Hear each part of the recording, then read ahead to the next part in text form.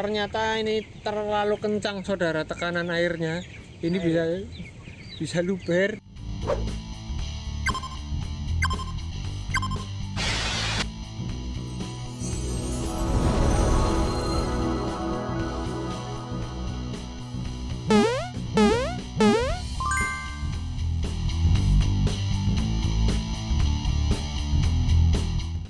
Halo teman-teman baik, kali ini kita akan mencoba untuk mempraktekkan cara pengukuran untuk debit air minum terutama di ayam broiler di nipple menggunakan flow meter, menggunakan alat ini. Nah, cara penggunaannya kita akan langsung praktekkan. Yang perlu diperhatikan ketika kita menggunakan alat ini adalah satu, posisinya harus sejajar 90 derajat ya, bibit kembali 90 derajat. Kalau terlalu seperti ini nanti airnya hanya ngumpul di sini, dia nggak akan turun. Tapi kalau terlalu seperti ini hanya langsung turun ke sini, 90 derajat. Oke, mari kita lihat contohnya. Nah, bisa dilihat di sini, ini adalah pipa nipple. Ini pipa bulat menggunakan nipple G-lock. Nah, caranya adalah kita pastikan dulu ini 90 derajat. Nah, kita tempelkan nanti di pin nipple-nya. Jadi kita kasih waktu selama 30 detik. Ketika air yang keluar melalui nipple kemudian masuk ke dalam tabung reaksi ini, berapa milikah yang dihasilkan? Kemudian kita lihat di sini ada indikator umur. Nah, mari kita coba selama 30 detik, mohon maaf. Nah, baik, ini kita sudah tersedia stopwatch. Kita akan mulai prakteknya. Ini sudah 90 derajat. Kita mulai 1, 2, 3. Bisa dilihat ke bawah, airnya sudah mulai mengalir.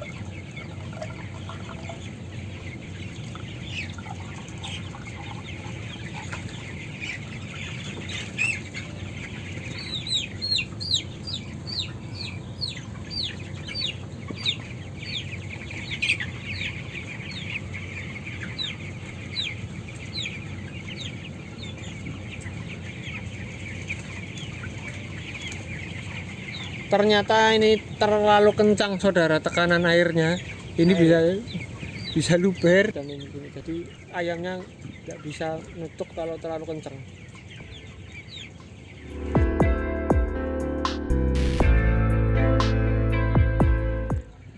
...30 detik.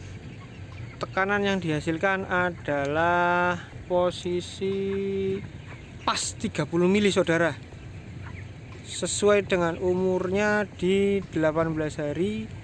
Itu masuk di antara 15 sampai 21 hari. Nah, ini ternyata tekanannya di 30 mili. Berarti sesuai dengan yang ada dalam panduan KOP bahwasanya di umur 18 hari kebutuhan ayam untuk minum itu adalah 30 mili per nipple. Ya, beberapa hal yang perlu diperhatikan menggunakan flow meter adalah salah satunya adalah kita harus memastikan bahwa tujuan kita menggunakan itu satu. Yang pertama adalah kita bisa memastikan berapa sih tekanan yang pas untuk nipple pada umur ayam tertentu. Kadang gini, yang terjadi adalah tekanan kita sudah besar nih, sudah istilahnya kalau kita pakai regulator itu mungkin kalau ada pin seperti bola itu di spiralnya itu udah tinggi gitu, tapi ternyata yang keluar airnya sedikit. Nah, kita bisa cek apakah itu pin nipple-nya itu kencang. Pin nipple itu ininya ya, ini nih nggak bisa naik seperti ini, nggak bisa dipatok, atau dia bisa dipatok tapi airnya keluarnya sedikit.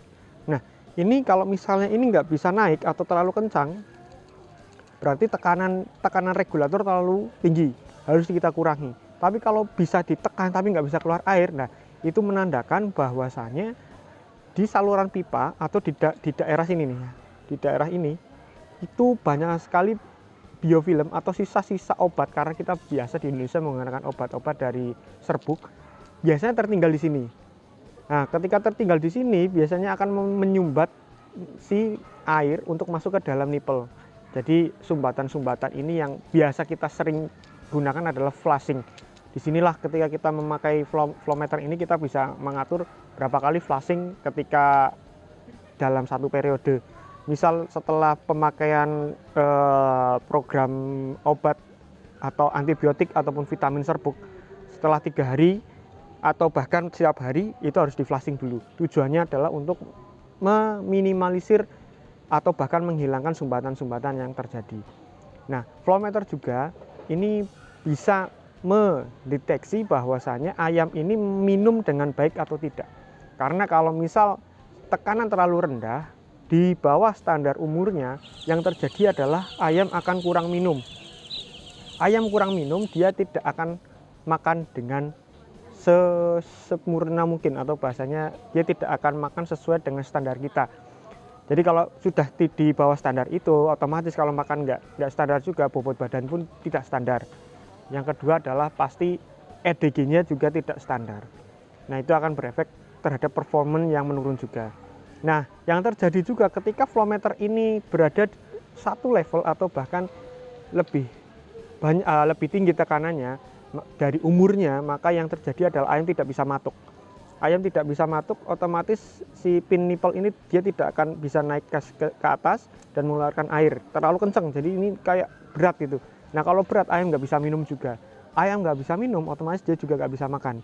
Karena kalau kita ya sebagai manusia, kalau nggak makan pun rasanya itu seret di sini ya. Jadi kita mau makan lagi itu agak nanti dulu, nunggu ini turun dulu. Cuma ayam kan nggak bisa memberikan informasi ke kita dengan suara. Dia hanya bisa memberikan informasi dari performance.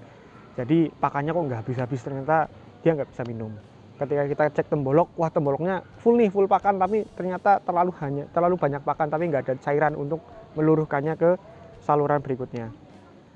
Silakan berdiskusi di kolom komentar.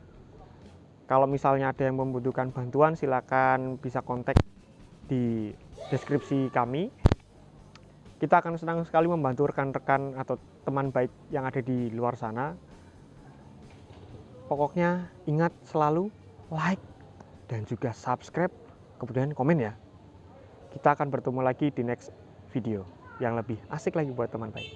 Oke, terima kasih. Sampai jumpa. Dah.